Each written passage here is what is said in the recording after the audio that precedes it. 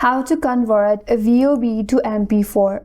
Hi everyone, this is Kate and welcome back to another video, and on today's video we will learn how we can convert a VOB to MP4. So without further delay, let's get started with this video.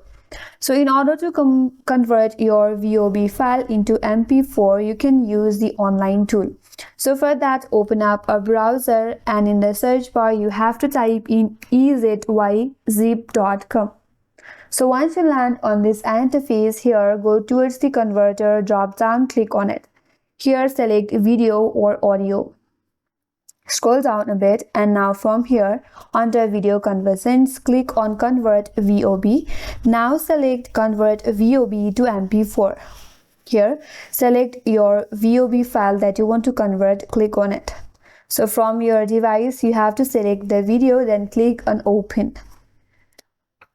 Now wait for a few seconds and then click on convert to MP4. Again, you have to wait for a while until this converting process is completed. So after this process is completed, you will have an option to save or download. Simply click on it and then your MP4 video will be saved or downloaded in your device.